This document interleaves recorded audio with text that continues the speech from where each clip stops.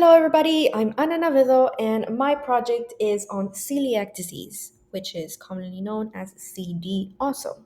Now, celiac disease is a condition in which the immune system is abnormally sensitive to gluten, a protein mostly found in wheat, rye, and barley, which means that celiac disease is an autoimmune disease that attacks our own cells and can differentiate between our normal cells and foreign cells. And so our body mistakenly attacks those normal cells. Now, celiac disease can develop at any age after a person eats gluten induced foods. Do any of these look familiar to you? Exactly. We eat them kind of mostly every day. So some of these foods can be pasta, bread, crackers, baked goods, like cakes and pies, cereal, candies, and cookies. Generally speaking, celiac disease is a digestive problem that hurts our small intestine and stops our body from taking in nutrients from food. And as you can see in the picture, small intestine, this is the normal small intestine, and this is how the small intestine looks with celiac disease. Now, how far does celiac disease really affect our body? Celiac disease is usually diagnosed as classic or unclassic celiac disease. In classic cases, the inflammation is from the gastrointestinal tract, and sometimes it affects our organs and systems of the body. Due to the nutrients not being absorbed, health problems can include iron deficiency from low red blood cells, as you can see here, anemia, which is basically anemia, or vitamin deficiency, or you can even have low bone mineral density, which is osteoporosis, as you can see here, delayed puberty, and even up to repeated miscarriages. Now, there's also neurological problems that have also been detected with celiac disease, such as migraines, depression, ADHD, and even seizures, which are basically epilepsies. Now, what's scary to think about is that many people have celiac disease with one or more of these health problems, but they don't have gastrointestinal symptoms. And I'll talk about that more later on the next slides. This is where non classic celiac disease comes into play. Strangely enough, researchers say that unclassic form celiac disease is actually much more common than the quote unquote classic form celiac disease. Due to gastrointestinal signs and symptoms not being detected, most celiac disease can go undiagnosed up to 6 to 10 years. My bad.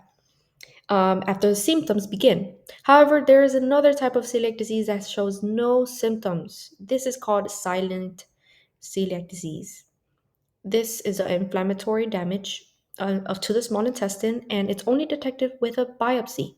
Now, what do signs and symptoms look like? Signs and symptoms, as I said before, are typical or atypical, which is classic or unclassic.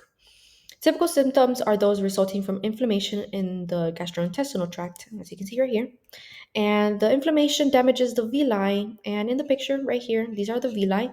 Villi are small, like projections found inside the small intestine that provide space for nutrients to absorb digested foods. And this villi right here, it's inflamed and it shortens enough to flatten out and cause intestinal damage, which may cause diarrhea and not absorb enough nutrients. This may consequently lead to weight loss and other symptoms like abdominal pain, swelling, and food intolerance. In addition, inflammation from celiac disease may lead to increased developing of other gastrointestinal cancers, such as cancer of the small intestine, right here, or even the esophagus. As I may have mentioned before, atypical symptoms have minimal gastrointestinal issues, those being constipation, anemia, osteoporosis, infertility, dental enamel defects, and even neurological symptoms. Now, you may be asking, how can this be treated? Most doctors who have diagnosed a patient with CD will recommend a gluten free diet and refer you to a dietitian to help with devising a healthy diet. However, patients who have refractory CD, in which refractory CD is a chronic inflammation of the gastrointestinal tract that causes less absorption of nutrients and has increased risk of developing an immune cell cancer called T cell lymphoma. Moving on, these doctors prescribe immunosuppressant medications. With the increased advancement of technology, there have also been other methods discovered, like therapies, and they rely on genetically altering gluten proteins. Another finding is that also immunization techniques prevents CD. If none of those techniques works, there are still other methods to help with the damage CD has caused. Since people with CD may suffer from deficiency, which can lead to neurological diseases, as an example, depression or dementia, vitamins and dietary supplements are also prescribed. Now, what are some facts from CD? In few cases, celiac disease does not improve with gluten free diets, and as I said before, this is called a refractory sprue, which is refractory CD. Another thing is that celiac disease is genetic, as you can see in this picture right here. It's genetic, and it tends to run in families with it, especially with family members who are known to have type 1 diabetes. Another fact is that CD is frequently found in the white race, specifically in Western Europe. In the United States, it's much more common among white Americans than other ethnic groups. Another fact is that women are more prone to get the disease and can be more severe and rapid. Now, this concludes my presentation. Hopefully, everybody enjoyed and understands what celiac disease. I would like to have final words in which please be careful eating gluten foods.